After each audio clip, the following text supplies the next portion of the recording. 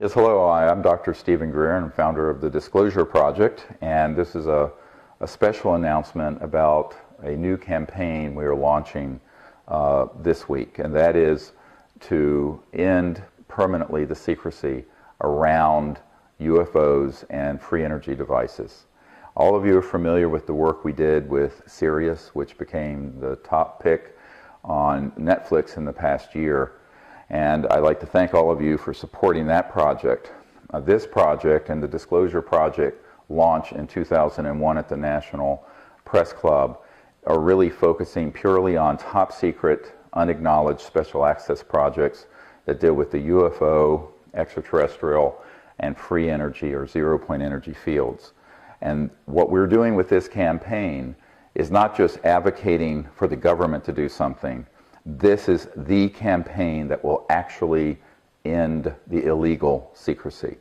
And what's key about the words here is that we are doing this, not the government. And I think you have to understand that the people are the government in a democracy. And our government has completely failed us on this and many other issues and is dysfunctional and corrupt. Therefore, it's incumbent on us, the people of the world, not just the United States, to come together to support this endeavor. We are now working with people from all over the world who have access to archives dealing with the UFO subject, government top secret witnesses, videos, photographs, and other material. And we are asking you, the public, to support this campaign. And you can go to our website, SiriusDisclosure.com, to support it in a number of ways. But one of the chief distinctions I want to make between this and other disclosure efforts that are going on is that this is not an effort to ask anyone else to do it. This is a campaign where we, the people, actually do it. And we are therefore calling this the campaign that actually ends the illegal secrecy. Illegal is a key word here, and I want all the military, corporate, intelligence officials, government officials who know about the operations that deal with UFOs, advanced technologies such as zero-point anti-gravity, gravity control, and related subjects, that those projects, even though you may not be aware of it because you are in a compartment away from most of the other leadership of the organizations that manage them, are being run illegally. I will get more into this in a moment. What the public needs to understand is that the future of our civilization, not only in how we live on this planet and whether we have an environment and an biosphere, an ecosystem to live in, will be here, but also how we're going to live into the future and what our relationship will be with these interstellar civilizations is hanging in the balance. And so this isn't something that we can expect the next president or the next Congress or the next Parliament in England or whoever to deal with. Personally, I have been involved at that level since 1992, whether it be top generals at the Pentagon, the Clinton administration, the CIA director for President Clinton, etc. And what I have seen is that there is enormous interest in those corridors, but for the most part, they don't have access to these unacknowledged special access projects. Keyword, USAP. And since they don't, there's only so much that they can do. And so what we're doing is what perhaps they are either afraid to do, don't have the courage to do, perhaps get threatened when they try, or simply feel that it's too big for them to take on. One senator said to us, what you're asking me to do is to reel in a 2,000-pound whale and I have a 5-pound line. I can't do it. So ultimately what I think we have to realize is that this is exactly the situation that Thomas Jefferson and others spoke of, that periodically the people have to come together and make these changes ourselves and not be passive and sheep-like waiting for the government to do it. And it's for this reason that over the 26 years I've been involved with this, this is by far the largest campaign I've been involved with. And we're going to need your help, every one of you, whether you can contribute $1 or $100,000 whether you can help network this to people on your Facebook page, on your social media, Twitter, whether you can help be a scout for us to find new top secret whistleblowers who are in these programs and who don't know that they're being managed illegally. It may be a father, it may be an uncle, it may be a husband or wife or a friend or a neighbor. They are out there. And what we are calling for is for everyone to come together and support this campaign. This campaign, initially, over the next 6 to 8 months, has 3 components. A full-length feature documentary film. So Sirius sort of introduced the scope of our work to the public. This is going to drill down in a granular way on these top secret illegal projects, the technologies that they are hiding, where they are, who's doing it, and how they're managed. And we will prove in this film that they are being managed illegally. What the purpose of that is that this film needs to be seen by hundreds of millions, if not 1 billion or 2 people around the world. And so we have put together a team commensurate with that task. But to fund this, right now we have no funding. To fund this, we're going to need the people to support it. And you can go to our crowdfunding page and see what our budget is, and also see that that is sort of the minimal budget.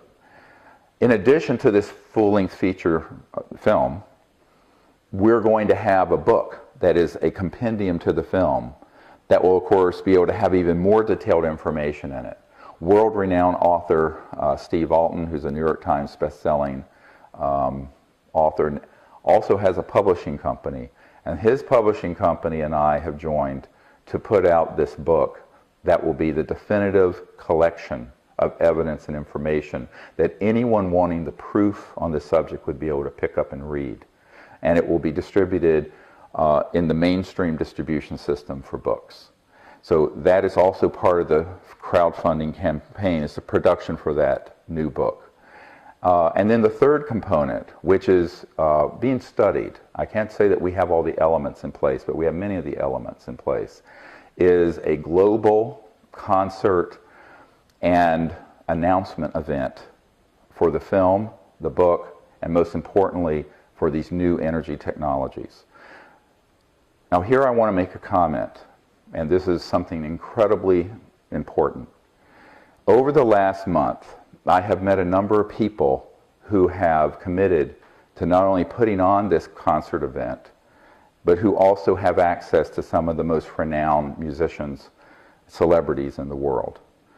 We hope we can organize this in the next few months, with both the film and the book, but also a featured technology will be on the stage. Now this is something we are still running to ground.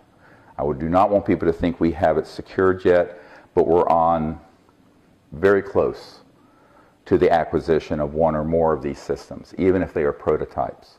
And when I refer to these devices and technologies, I'm talking about a closed-loop free energy device, something that runs itself, the input is charged from the output, and it is running and powering things, putting out usable kilowattage of power, or wattage. We know these have existed for over 100 years, since the time of Tesla and before, and they have always been suppressed. We now know that there is a support team behind us who have the financial ability to make any reasonable offer to anyone in the world with such a device so that their needs can be taken care of financially, and we can open source this to the world. Let me be very clear on what I'm saying. We have the team in place to provide any means of support that is reasonable to any inventor or technology holder with such a zero-point or free energy device, even something like LENR, the low energy nuclear reaction, cold fusion systems, zero-point quantum vacuum. We have these folks on board this project at this time, and they are committed fully to open sourcing this. Our agreement is explicit that the people who will work with us on this and are working with us have agreed to support the scientists, the inventors, and the technology holders in any way they need to financially, and strategically, my team will launch this technology and put it out to the public free of cost. The plans, all the intellectual property will be open source, no patenting, and no secrets, so that the world can quickly adopt the technology and pull us out of the precipice, away from the precipice that we are plunging down. And that is a biosphere collapse due to our use of fossil fuels and nuclear power and the increasing have and have not impoverishment of the world that is necessary, unfortunately, when you're using fossil fuel systems and central utilities.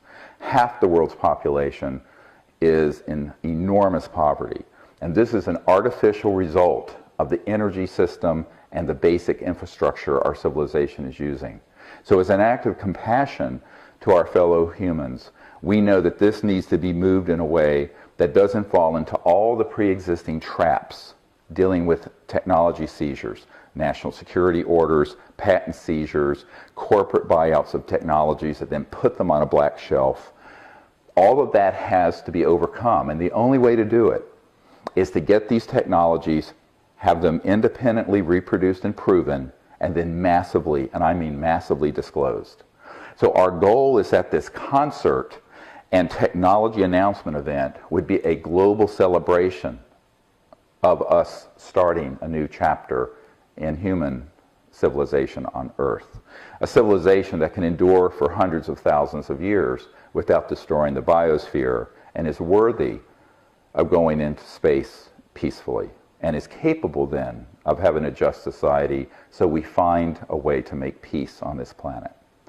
This is really the scope of the project, and over, I would say, the 26 years that I've been involved with this, I have never seen the sort of support and significant people who now get it.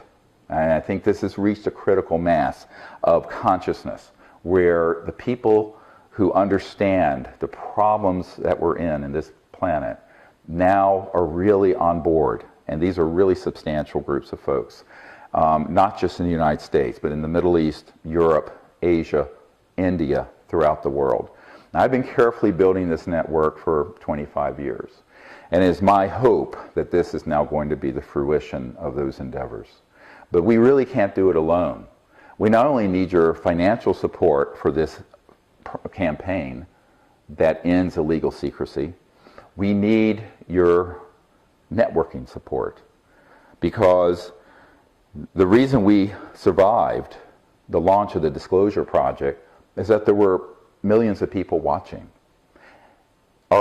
Anyone who tries to do something like this in obscurity, I was told in 1991 by a national security attorney, they are all dead men walking.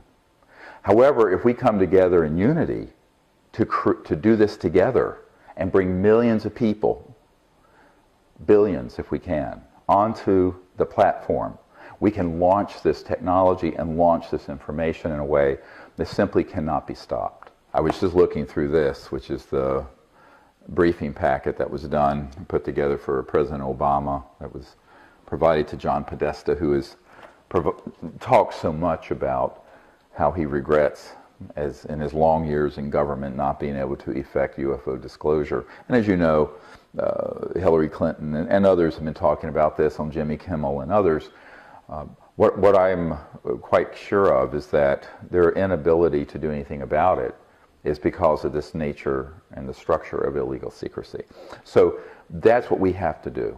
We have to do this because the system here in Washington, and by the way, I'm speaking to you from Washington, D.C., and looking right now at the Washington Monument and the White House.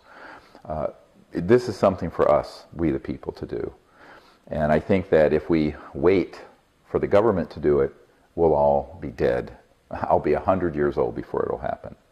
And I think if the people lead, however, the leaders will then follow. So we have to be the leadership effort. And that's what every person listening to this has to understand. I want to empower each of you to view yourselves as citizens of the earth, but also citizens of the cosmos. And that it is our charge, it is our challenge, it's our task to begin a new civilization on this planet that can go forward into space in peace and using free energy and have a just civilization on Earth where we eliminate once and for all environmental destruction and punishing poverty, which is now so prevalent around the world. Only then are we worthy to be welcomed into the neighborhood of interplanetary and interstellar civilizations. So this is the great challenge of our time. And you cannot have peace in this world when you're living in a system that is so unjust that it guarantees half the world is in horrible poverty. And for those of us who aren't in horrible poverty, our very existence is cannibalizing Mother Earth and destroying her. This is no way for a people to live. So it's our time to do the right thing. This is the time. There's no generation to pass this on to. 100 years ago, there were cans kicked down the road. 50 years ago, on the UFO and ET issue, cans were kicked down the road. This is 2016. We don't have another 100 years. Neither the geopolitical situation nor the environmental situation can withstand another 100 years of inaction, passivity, and cowardice. So we have to find the courage to do this somehow. And I think if we all work together, we can do it. It's nothing I can do by myself. It's nothing any one person can do. But if we all come together and do it, it absolutely can be done. And it can be done very quickly. And what I've been feeling, what I've been sensing, the elements are all coming together very quickly. There has been a building like this, and now it's gone straight up in terms of the people, institutions, what have you, that are involved in the project we've been working on for 25 years. And I'm hopeful, incredibly hopeful, that this can be done over the next coming months and couple of years. So we're not talking about an event, 20 years down the road. We're talking about an event in the coming months and year or two.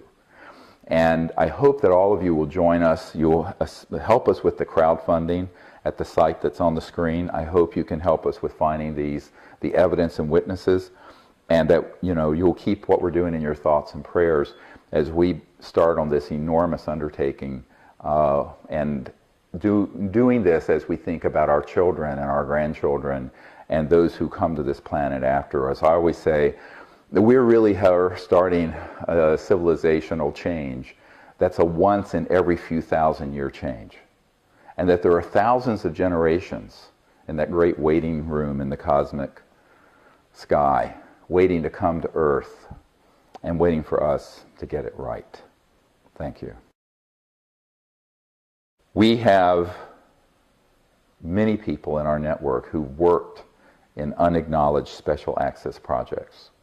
Now this is very different from a special access project or special access personnel. It was reported in the media about Hillary Clinton having access to SAP. Well, of course, many people do. A special access project is simply a compartmentalized project within the intelligence system. And there are only 3 levels of classification: confidential, secret, and top secret. It's the compartment that you're in that is key. Now, Edward Snowden, he disclosed something called PRISM, among other things. PRISM was a special access project, but it was acknowledged. The President knew about it, the Congress knew about it, the key members of the intelligence committees. We're talking about unacknowledged special access projects that are funded to the tune of $100 to $200 billion a year that are illegal because they will not tell anyone that is not in that compartment what they're doing. And I have a number of people who worked in these projects. And for example, one Navy gentleman was in one project that was between $2 and $3 billion. One unacknowledged special access project compartment. These projects are exactly the fulfillment of what Eisenhower warned us about when he said, beware of the military-industrial complex. And so it's for this reason that I want people to understand that what we're exposing are not all secrets within the US government or all secrets within the British government. We're only exposing, and this is going to be the greatest expose in history on this, projects that are unacknowledged and are being run illegally. I want to make this distinction very clearly so that people do not get confused. There's a lot of confusion on this in the public. And we stay on very safe ground when we are exposing projects that are being run illegally. Because let's face it, if the President of the United States or the CIA director or these senior fellows at the Pentagon, generals and admirals I've met with, and Ministry of Defense head in the United Kingdom, are being denied access and lied to about projects going on under their own command, but that are unacknowledged special access projects, that is by definition unconstitutional and illegal. It violates all oversight requirements of the Constitution and of the National Security Act. So we want to be really clear that those are the projects that we are going to bring forward and let people know about. And the reason these projects have such extreme secrecy around them is because the implications are so vast.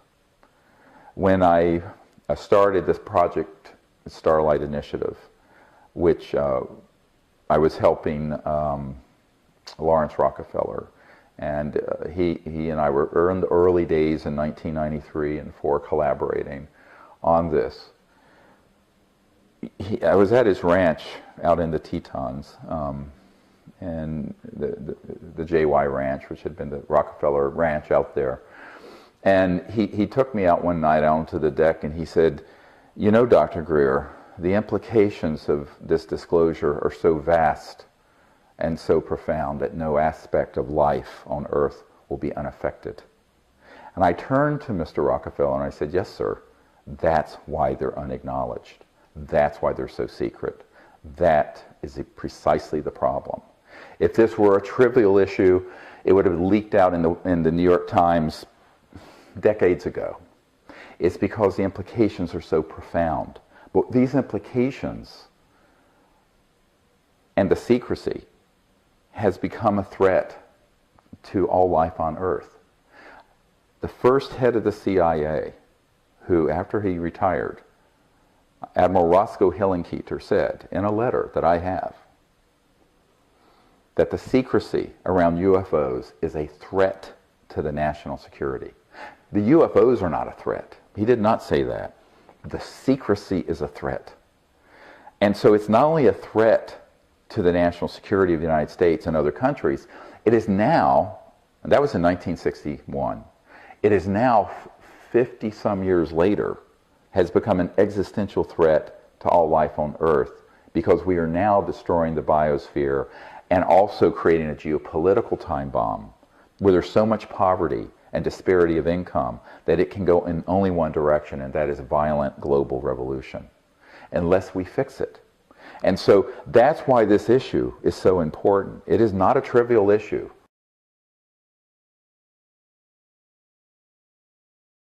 We are looking for people who are new whistleblowers.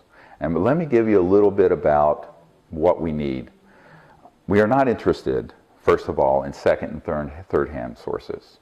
Unless the second or third-hand source has documents or material from a secret lab, government or corporate, that would be dispositive. Then we want that.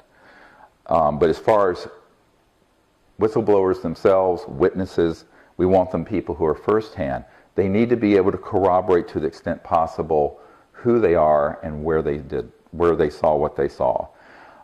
We are not interested in anonymous sources.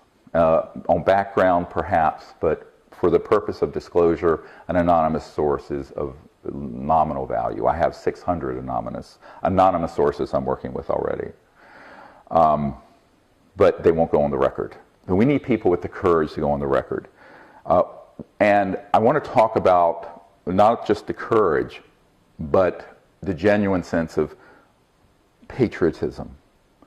And now this word gets overused, and I'm now talking not just of nationalistic patriotism, but patriotism as a human being for their fellow humans. But even if you're talking about patriotism in your country, it is not patriotic at all to sit on secrets that are being kept away from the President of the United States or the Congress, the people's representative, when we supposedly live in a democracy and a free society. That is not patriotism. That is going along with a fascist, authoritarian, illegal operation. I want to be very clear on that. Therefore, the people who come forward are not at all violating their national security oaths, morally or legally. Now, what do I mean by that? Very quickly, and I did an entire 4-hour workshop on this that you can see on our YouTube channel, youtube.com/sdisclosure.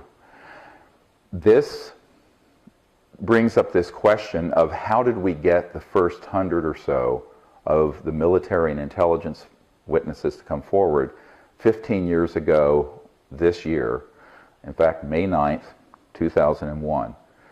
Because from 1992 until 1998, I went throughout the US government and other governments and proved that key people in the CIA, the director, for example, of the CIA, the president, key people at the Pentagon, the head of the Defense Intelligence Agency, the head of intelligence for the Joint Staff, the head of the Ministry of Defense in Great Britain, on and on.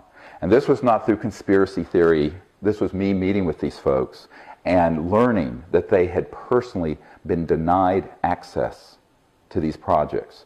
Therefore, those projects are unconstitutional and illegal. They're rogue. So since they have chosen to opt out of the legal and constitutional system, all national security oaths and agreements, whether it's with a corporation or an agency such as the CIA or National Security Agency, NSA, or the Pentagon or any division of the Pentagon or any other government agency, are null and void. This assessment was sent to the heads of every agency in the United States government in late 1997. And we will show you this document. And it went return receipt requested. In other words, we have proof that it was received. And the way this was done is in the military, there's something called unless otherwise directed, UNOD. You know, military guys, just like medical guys like myself, love acronyms. But UNOD means unless otherwise directed. So the way this letter was formatted under the advice of a very experienced military analyst was that we sent this assessment that I have just shared to the key agencies in the United States government and said that unless otherwise directed, we are going to assume that this assessment is correct, the projects are illegal, and all personnel, documents, and materiel, meaning extraterrestrial or free energy devices, biological samples of extraterrestrial life forms, are liberated. They're free to be disclosed because the projects that are managing this endeavor are themselves illegal enterprises that are unconstitutional. From 1997 until now, which is April 2016, 19 years almost, there has not been a single agency or person, privately or publicly, to contradict that assessment. And therefore, all of you who are listening, who work at Pahut Mesa, so-called Area 51, Dugway Proving Grounds, Edwards Air Force Base, Lockheed Skunk Works in the Cube, Pine Gap facility in Australia, etc. and so on, you are not required to go along with any secrecy oaths that you have signed. I am asking all of you to contact me at witnesses@seriousdisclosure.com. We'll put that up on the screen. Witnesses@seriousdisclosure.com. And you will be handled with the utmost confidentiality and professionalism. If you have documents or material, those can also be handed over. So those of you who have are witnesses to UFO research projects, zero-point energy, gravity control projects, ET technology transfer operations, and so forth, I'd ask for you to contact us as soon as possible. And I also would ask that those of you who have knowledge of the counterintelligence programs that have staged illegal mutilation and abduction projects also contact us. And those of you with knowledge of SDI, the Strategic Defense Initiative, which has been piggybacking within it a operation to target extraterrestrial vehicles as they approach Earth or around the Earth. In addition, civilian victims, firsthand, who have clear memory or evidence, video or otherwise, of having been abducted or been witness to paramilitary human involvement in military abductions and mutilations that are staged to appear as extraterrestrial, please contact us immediately. Now, those of you with such a claim will need to be able to have some sort of corroboration to prove it, unless there's incredibly strong other corroborating witnesses to it. But we know that this is going on. We know that many of the people who have been victims of these operations have been, in a sense, cannon fodder on a psychological warfare campaign to prepare the public for a false or cosmic flag operation. A false flag operation, it basically is when covert military or intelligence operations stage something when there's no evidence for it in order to manipulate the masses. I mean, this is exactly how we got into the Iraq War, with evidence that didn't exist. The Gulf of Tonkin in Vietnam was an exaggeration, if not a complete falsification of an attack on our ships in Vietnam to stampede the Congress into funding that disastrous endeavor. And we know from sources inside the covert, unacknowledged special access projects that these plans are in place to hoax a threat from outer space.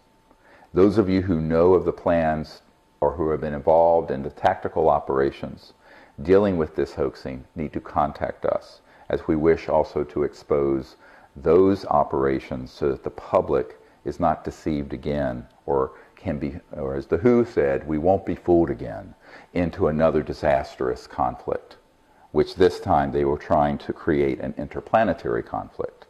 So we want people who, with knowledge of that from either in the civilian sector who have been victims of these events, or people who have been operationally involved, of whom I have interviewed about a dozen, but so far they have not been willing to go on camera. We need these folks to go on camera and with evidence, because this is very important.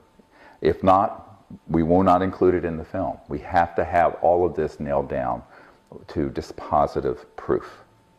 So we're asking for cooperation on those areas. Also, people who may be in the civilian sector, who have inherited from family government documents, parts of UFO craft, if we know these exist, or other extraterrestrial artifacts or evidence, please contact us.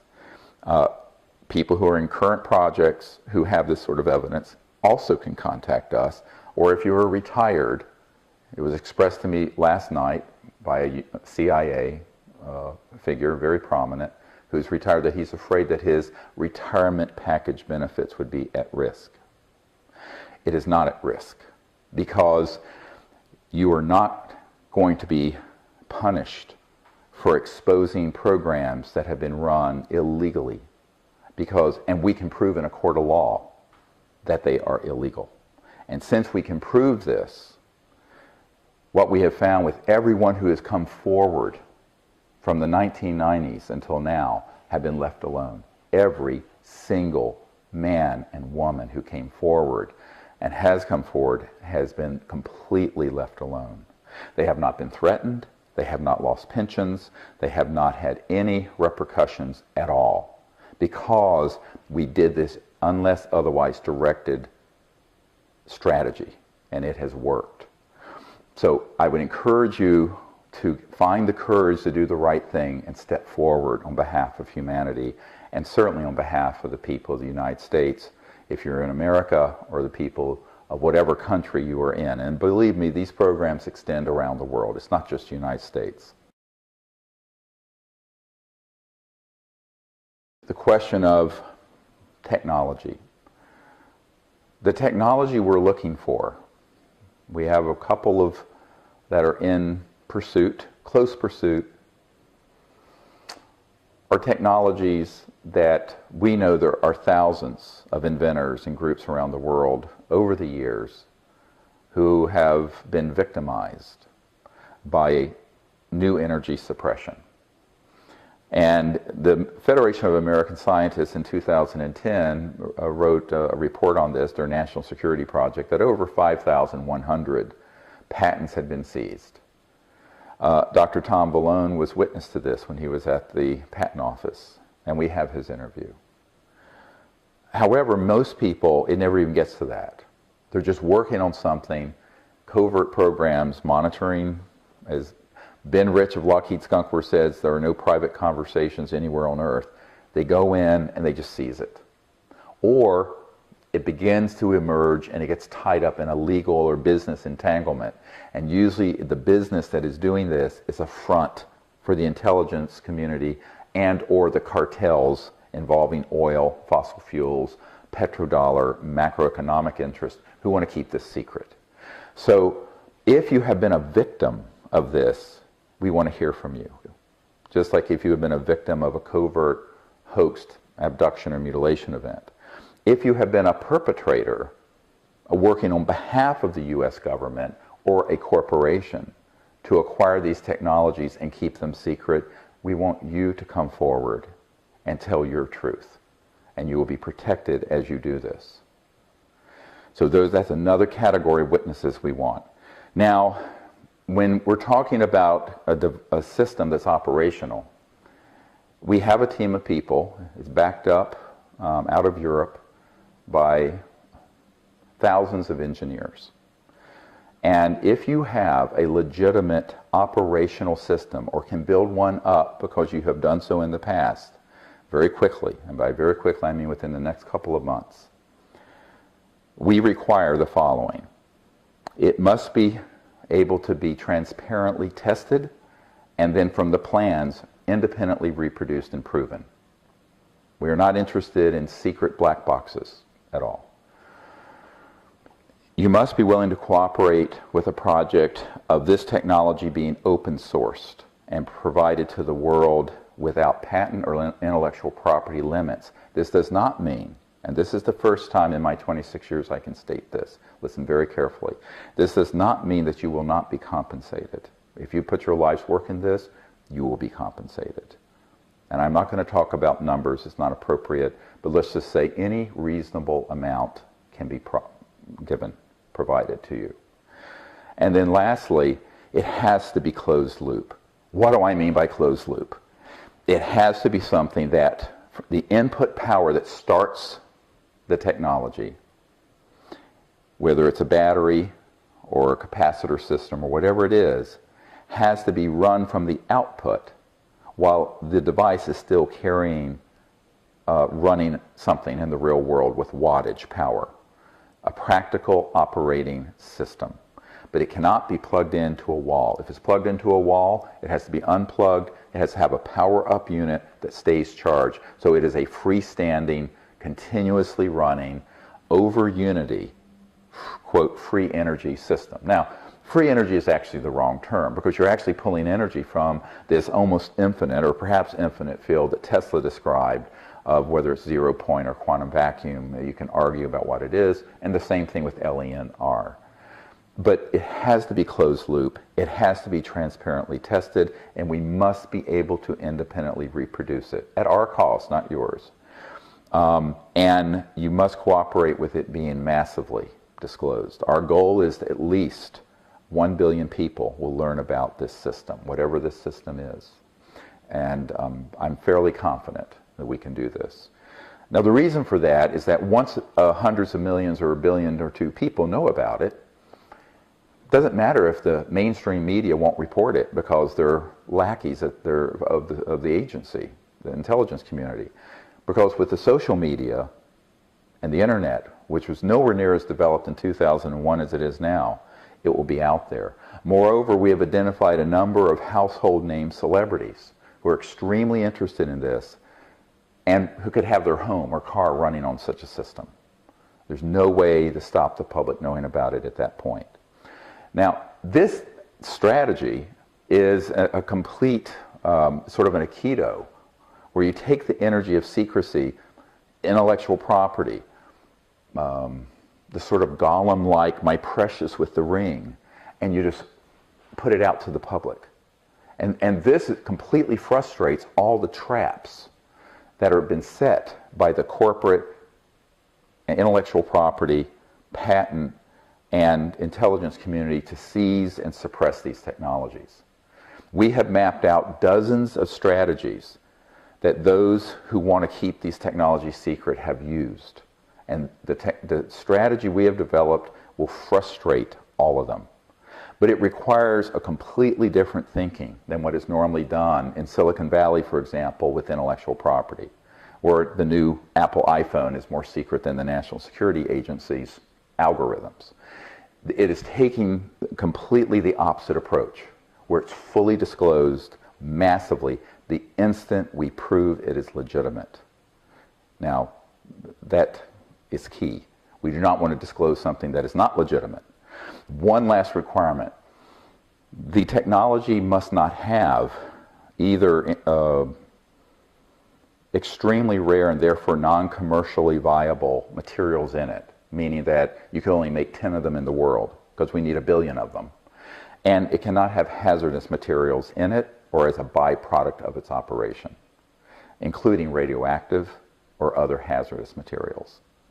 So these are the criteria that we are looking for. So if you are listening and you know someone who may have this system, technology, or you yourself does, please contact us at energy, like E-N-E-R-G-Y, at SeriousDisclosure.com. That's energy at SeriousDisclosure.com. And we will get back to you as soon as we can. The question of retooling our industrial infrastructure is a very large one. I mean, really what we're talking about taking on here, and it should have happened 50 to 100 years ago, is a retooling of the entire operating system, if you want to look at it that way, of planet Earth, because it's all now based on our addiction to oil and gas and coal and nuclear power. That transition isn't going to be done by waving a magic wand. It's not going to happen overnight. I think it can be done in 15 to 20 years, which in terms of rollover. But remember, you know, in terms of having a technology from its inception to its widespread application, today is much faster than it was 20 or 30 or 40 years ago with communication and the internet and all of that. Look at cell phones, look at computers. I mean, you know, all of these things have a way. So we think that, you know, getting these systems developed can happen fairly quickly. We know we have people on our team who can arrange to have a manufacturing facility from scratch stood up within a year. You know, that could be running on these new energy systems themselves, so they're non-polluting, that could then be cranking these systems out by the hundreds of thousands or millions. You know, of course there's going to have to be some really large funding support to move things into that level that quickly, but we know that that can be done. But you first have to get to this robust demonstrator, and then there'll be the level of support to do that. I think the other thing to remember here, and this is something that we haven't touched on, is that, and it's implicit in this whole discussion, is that right now, our entire way of living on the planet is a very heavy footprint. It's a huge burden on the Earth. And the reason for it is because of the type of energy systems we have.